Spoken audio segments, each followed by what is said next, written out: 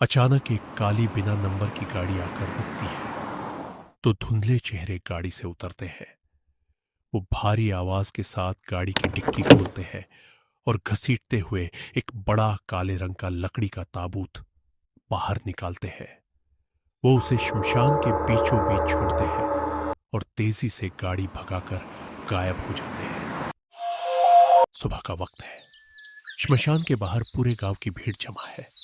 सब लोग डरे हुए हैं और कानाफूसी कर रहे हैं। ताबूत के ऊपर लाल रंग से कुछ अजीब से तांत्रिक निशान बने हुए हैं। इंस्पेक्टर विक्रम और कांस्टेबल सैम अपनी जीप से उतरते हैं और भीड़ को हटाते हुए अंदर आते हैं। सर, ये कोई आम ताबूत नहीं लग रहा। इसकी लकड़ी को देखिए, इतनी पुरानी होने के बाद भी इस पर एक अजीब सी चमक है। और यह लाल निशान।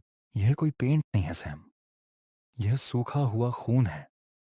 अजीब बात यह है कि इस ताबूत पर कोई ताला या कील नहीं ठुकी है, फिर भी यह इस तरह सील है जैसे इसे कभी खोला ही नहीं जा सकता। तभी भीड़ में से बुजुर्ग चौकीदार सुखदेव आगे आता है। उसके हाथ कांप रहे हैं। साहब, मत छुओ इसे। मैंने कहा था ना, इस गांव पर किसी का शाप आया है। कल रात जब ठीक 12 बजे बिजली कड़की थी, तब मैंने श्मशान से किसी के रोने की नहीं, बल्कि जोर जोर से हंसने की आवाज सुनी थी। यह ताबूत इंसान नहीं, खुद शैतान छोड़कर गया है। बकवास बंद करो सुखदेव। मेरी क्राइम सीन पर अंधविश्वास के लिए कोई जगह नहीं है। सैम, फॉरेंसिक टीम को फोन करो और इस ताबूत को तुरंत पुलिस स्टेशन के बेसमेंट में शिफ्ट करवाओ। हमें इसे खोलकर देखना होगा कि इसके अंदर क्या है। रात के 11:45। कमरे में सिर्फ एक टेबल लैंप चल रहा है। ताबूत टेबल पर रखा है। विक्रम के साथ प्रोफेसर राघव भी वहां खड़े हैं, जिन्हें विक्रम ने इस अजीब केस की साइकोलॉजिकल जांच के लिए बुलाया है।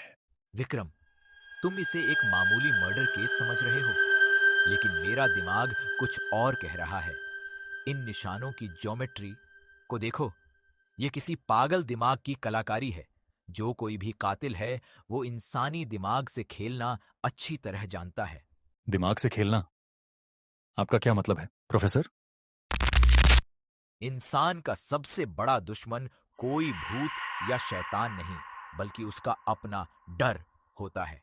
जब दिमाग पर डर का 100% कंट्रोल हो जाता है, तो इंसान को वो चीजें दिखने लगती हैं जो असल में होती ही नहीं। यह ताबूत सिर्फ एक लकड़ी का बक्सा नहीं, एक साइकोलॉजिकल हथियार है। रात के ठीक 12 बजते हैं। अचानक पूरे पुलिस स्टेशन की लाइट चली जाती है। सिर्फ एक लाल रंग की इमरजेंसी लाइट ऑन होती है, जिससे पूरा कमरा डरावना लाल हो जाता है। सर, लाइट चली गई। और जरा सुनिए, ताबूत के अंदर से।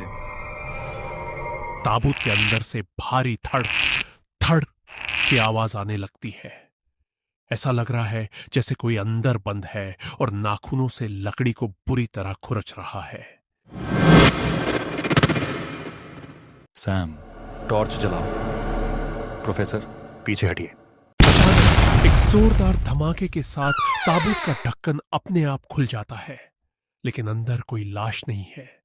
उसमें से सिर्फ एक गाढ़ा काला धुआं निकलता है जो पूरे कमरे में फैल जाता है।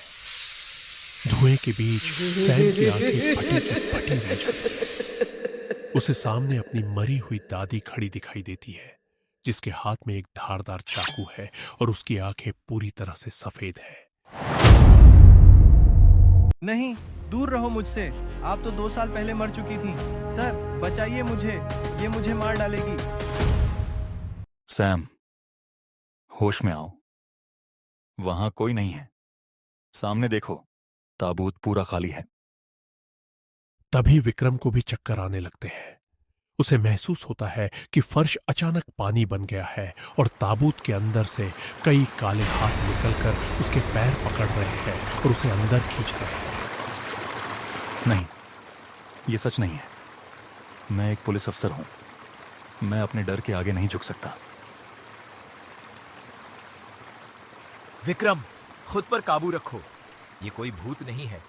इस ताबूत के अंदर एक खास तरह की गैस बंद थी, जैसे ही ढक्कन खुला, वो गैस हवा में फैल गई। ये गैस सीधे हमारे दिमाग के डर वाले हिस्से पर हमला करती है। तुम जो देख रहे हो वो सिर्फ एक भ्रम है। लाइट वापस आ चुकी है। विक्रम और प्रोफेसर राघव होश में आ चुके हैं, लेकिन सैम डर के मारे सदमे में है और एक कोने में बैठा कांप रहा है। विक्रम लड़खड़ाते हुए ताबूत के पास जाता है। अब ताबूत के अंदर वो काला धुआं नहीं है, लेकिन उसकी जगह तली में एक पुरानी धूल से सनी डायरी और एक तस्वीर रखी हुई है। रात को जो हुआ वो सिर्फ उस गैस का असर था, लेकिन यह डायरी और फोटो रात को इस ताबूत में नहीं थे। ये अब कहां से आए? प्रोफेसर राघव आगे आता है और जैसे ही वो फोटो को देखता है, उसके चेहरे का रंग उड़ जाता है। वो डायरी का पहला पन्ना खोलता है। यह तो इस गांव के जमींदार की बेटी काव्या की डायरी है, जो आज से ठीक 5 साल पहले रहस्यमयी तरीके से गायब हो गई थी। और देखो, इसमें क्या लिखा है। विक्रम डायरी के पन्ने को गौर से पढ़ता है, जहां खून से लिखा है। उन्होंने मुझे इस ताबूत में जिंदा बंद कर दिया है।